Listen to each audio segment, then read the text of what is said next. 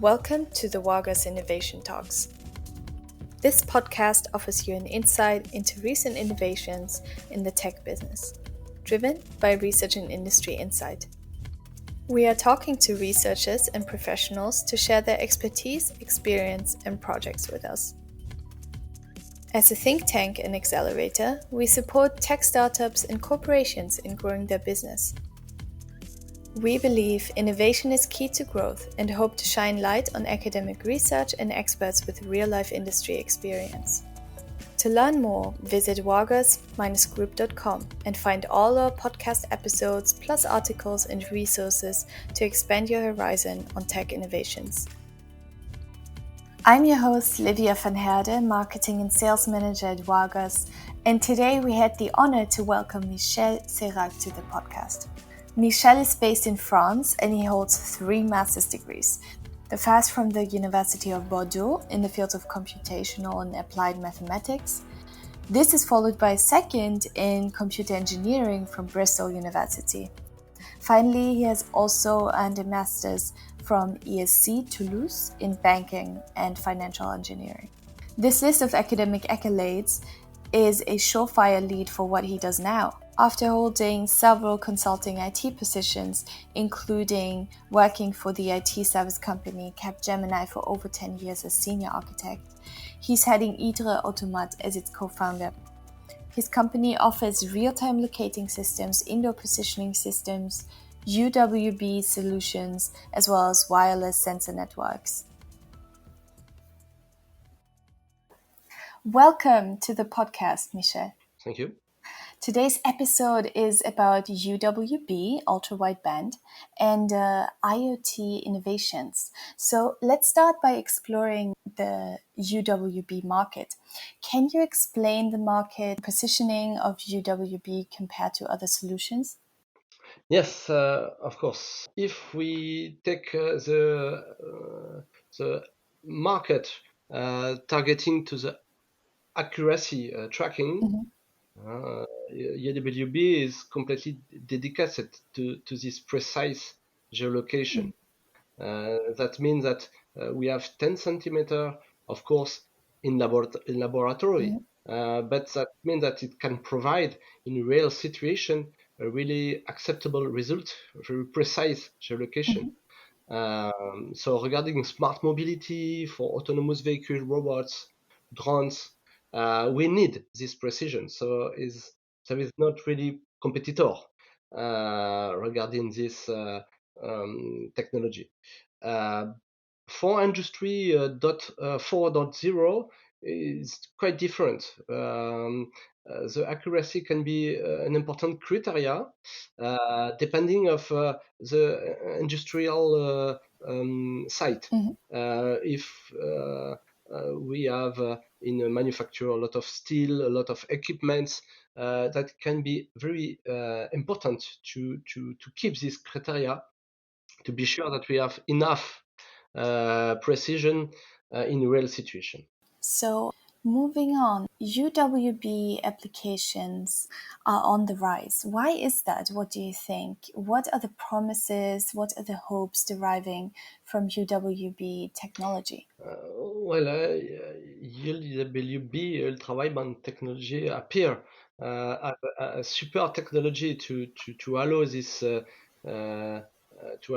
answer to this huge market. The huge market is GPS indoor, inside. So if you compare with a GPS story, long story with a lot of business growing year by year, and imagine it's the same indoor. So we are really expected to have this very precise result to address this huge market, and now is affordable. So it means that due to the Apple, Samsung smartphone company that adopt this technology, the price now is decreasing very, very fastly. Right. And now we can have device, electronic device under $10.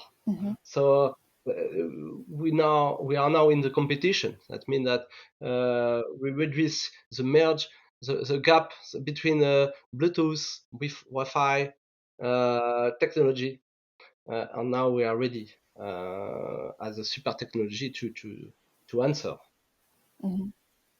So yeah, imagine that. Imagine all the market. Imagine that indoor.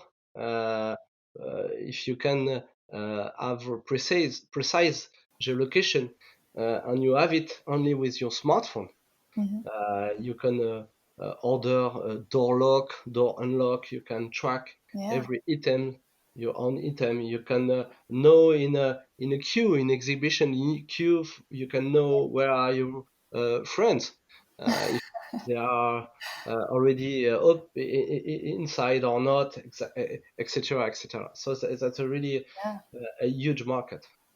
Right. So this concerns the everyday consumer, right? I mean, you mentioned queuing for a museum and unlocking your door. So this is a huge audience. Exact. It's at this moment it's a B2B audience, but it will be in short term B2C for the consumer and user. And when do you think it will arrive, that larger audience, B2C? I mean, every every cycle look like the same, so we need 2 years to have this new smartphone changement. So at this moment, it's too expensive, of course. The last smartphone. So yeah, I think the cycle is for the Yeah, consumer yeah, yeah. 2 years. Right, right. And what are the discoveries that have led up to your current work? Well, what is very interesting is the UWB allow not just precise geolocation. Uh, we can add a very secure communication because of the time of flight technology. That means that with time of flight, you can know uh, if the person or if the device is in front of you or not, if it's real. So that connects you directly to the reality because of the time of flight exchange. So the falsification is really, really hardest. So the security is one of the good discovery. Security. So, what do you mean by that? Can you give us some examples? For automotive car to unlock the door, you can the smartphone already uh, design software to unlock your door car. You Incredible. so so so because it's securely you can trust this technology to use it. So of course it's really our future. Right, right. No more key, only Yeah, everything on your smartphone. yeah. Never forgetting the keys as well, Never huh? forgetting. Are there any COVID-related innovations of UWB applications? And what would you say? Would they be still relevant post-pandemic, if there are any? Well, about the pandemics, of course, complicate for all the sector and for all the companies. So that's the point. Yeah, yeah. But we can have another point of view. It was an opportunity to show how it is possible to use a distancing badge. Right. That Yeah. means you can have your own badge and you can have the exact distance between your colleagues' badge. Um, so if you decide that you have an alert if you are too close, under Yeah. 1 meter or under 2 meter. You can parameter that.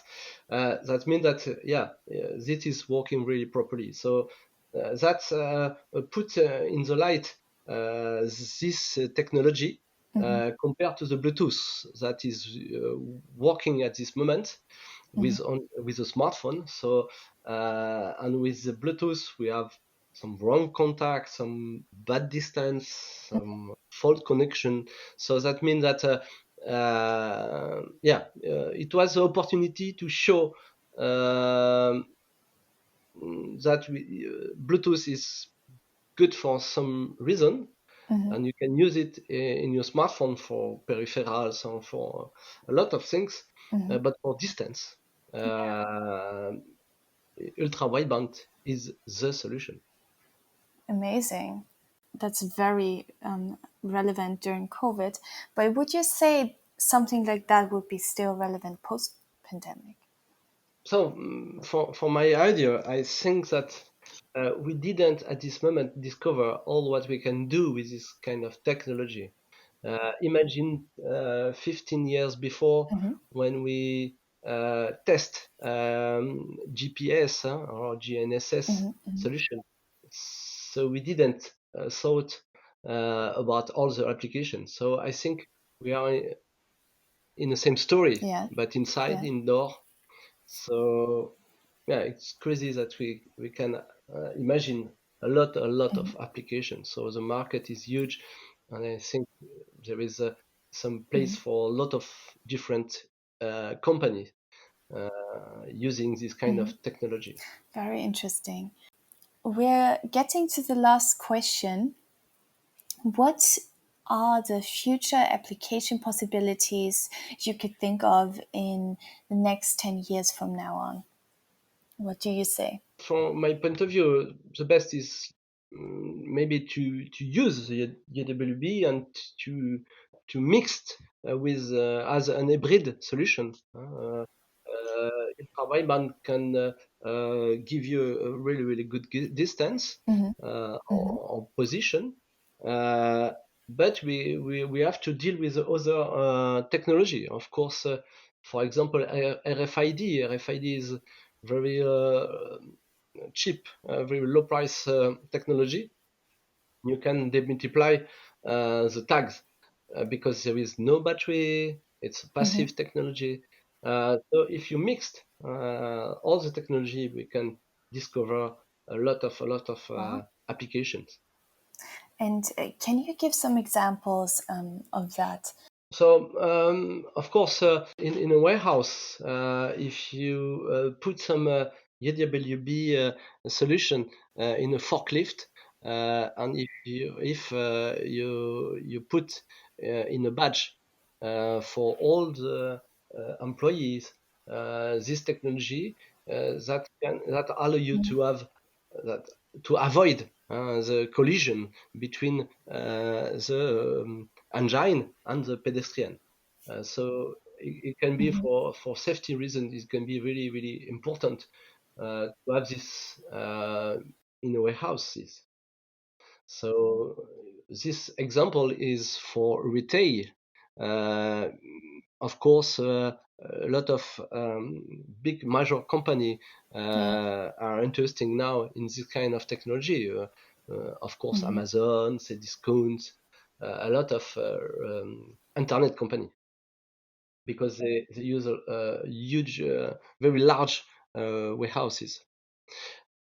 So it is an example. Of course, the most simple example is if we lost the signal in a urban canyon. I said urban canyon is when you are in a city, the signal is quite poor, the GPS signal because of the building. So that's called urban canyon. And it's That's impossible a good for name. so it's impossible for an autonomous vehicle to keep this signal and to have a very precise outdoor geolocation. So we had some deployment for autonomous vehicle, for example, to pass under a bridge or in an urban canyon, to keep the connectivity to keep his way on the way, the navigation way. Be sure that you are on the right road, on the right side, on the right place. Okay, wow. And so you mentioned UWB and RFID and applications that merge those two technologies. Do you have other examples where UWB is paired with another technology? Yes, because at this moment we use Bluetooth. We use it to connect to the smartphone. Because at this moment, not all of the smartphone use UWB. So Yeah. at this moment, we use the Bluetooth to connect the Yeah. devices to the smartphone. Mm-hmm. So the communication is in Bluetooth, and the distance is in UWB. So we use Bluetooth for the communication only.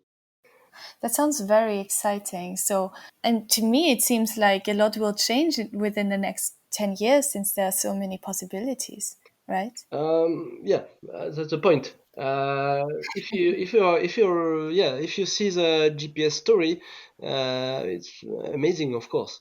The two first market will be industry and healthcare. But we began with smart mobility as well. So it's not for all the market at this moment. Right. It's again too expensive at this stage. We have to wait maybe 1 or 2 years again. Wow. Well, we've reached the end of our podcast episode. Thank you for your insight, Michel. Thank you. Thank you so much. You can read more at wagas-group.com. This has been your Innovation Talks podcast produced by Livia van Herde. Make sure to check back next month for the latest insight in innovation.